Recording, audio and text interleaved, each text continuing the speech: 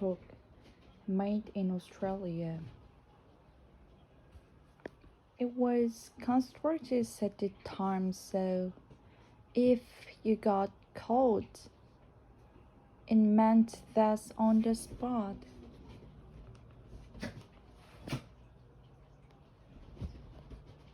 My sister, who was 6 months old, was put on a horse, but I have to carry her.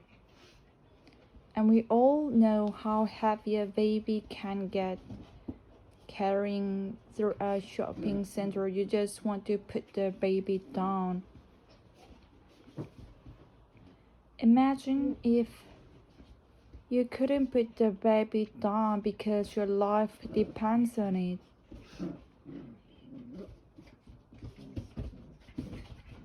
It was the most difficult decision of their life.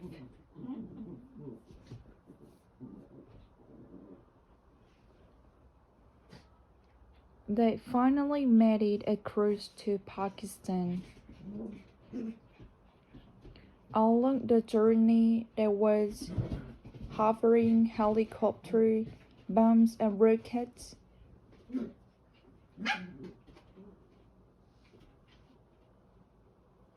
And my brother and my sister were both asking the universal question,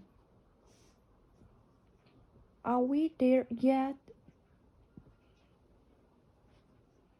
Which I'm sure they appreciated. Settling in Pakistan initially proved difficult as well.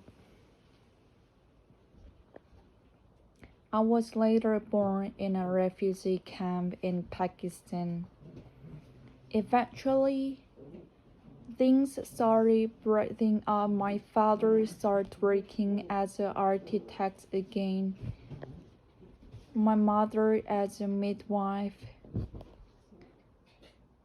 But my father recognized that it was only through education that came opportunity. So, off they went again. My father made many important contacts in Pakistan,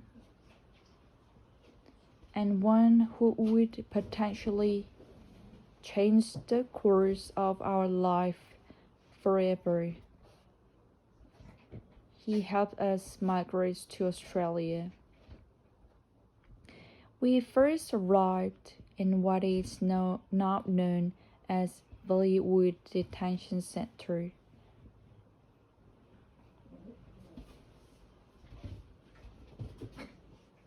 "26 years ago. It was a detention center at the time, but the place where migrants and refugees were housed while they were on the state of transition. So incredibly grateful for all the opportunities this country has provided. But it's scary to think that had my parents not escaped, and how does Australia not accept us to migrate here? Where would we be now? The reality are that I'd be living the life of failure.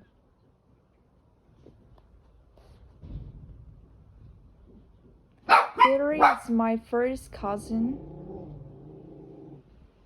She lives a little north of Kabul. She's in her 20s. One more. We all know how heavy a baby can get carrying through a shopping center. You just want to put the baby down. Imagine if you couldn't put the baby down because your life depended on it. It was most difficult decision of their life. They finally made it across to Pakistan. Along the journey, there was hovering helicopters, bombs and rockets, and my brother and my sister were both asking the universal question, "Are we there yet?" Which I'm sure they appreciated. Settling in Pakistan initially proved difficult as well. I was later born in a refugee camp in Pakistan. Eventually, things started spreading up. My father started working as an architect again. My mother as a midwife. But my father recognized that it was only through education that came opportunity. So, off they went again. My father made many important contacts in Pakistan, and one who would potentially change the course of our life forever. He helped us migrate to Australia. We first arrived in what is now known as Bollywood Detention Center.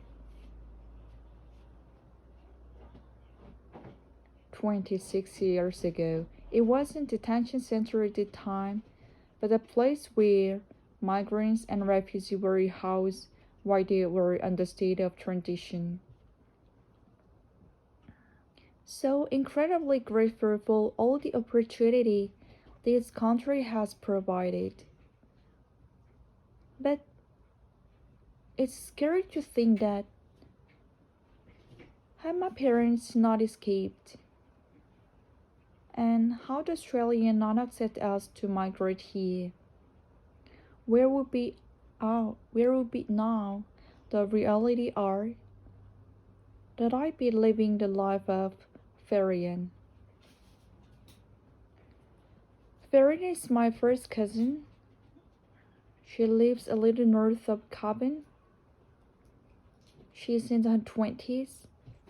Her hopes and dream to work, fully live, have a career, get married, and take control of her own life just like any other woman. But the reality of her fates are that she may not ever have that. Ferry always wanted to be a doctor, but she was only allowed to go to school until she was 10 years old. Ferry woke up on a thin mattress on the floor. She shared her room with 4 other people. I wake up on my cot bed sheets with my electric blanket.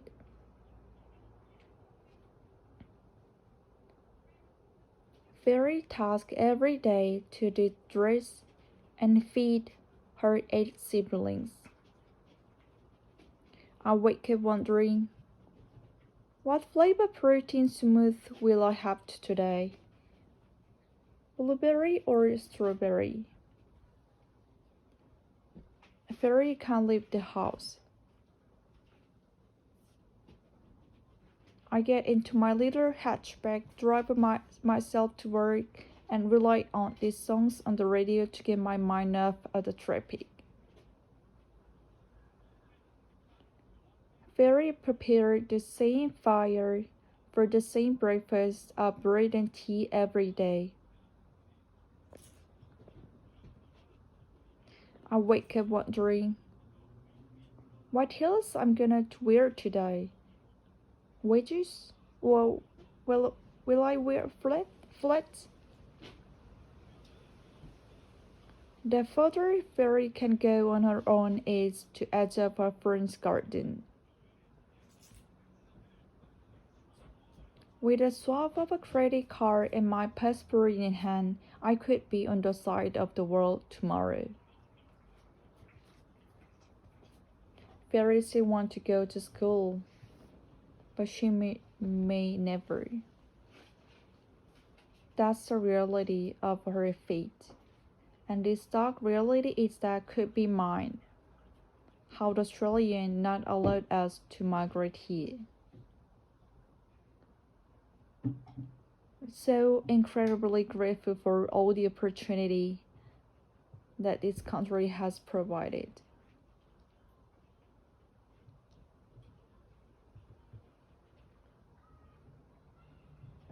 When I hear people saying, "Send back, you're not welcome here," I feel like they are talking to me and my family.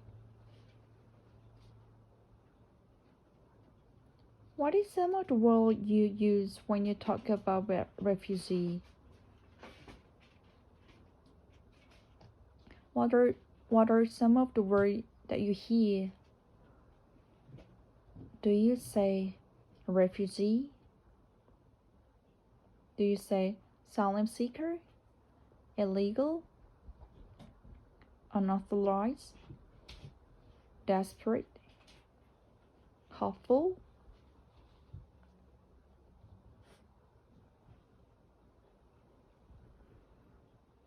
Dangerous? Do you think a boat full of hope or a boat full of threats? I want you to take a look around you. How many people here unknown to you could be a refugee or the children of refugees? What is some of the word you would use to describe them? So my family are refugees. What words would you use to describe my family? Here's some of the words I would use. Hard workers, sacrifice for their children, hopeful, explorers, visionaries, diverse parents, architect, midwife, journalist, student, manager, but most of all loving. 26 years later, my father is still a practicing architect, my mother a retired midwife, and three siblings who work hard in respective fields and are assets to society today.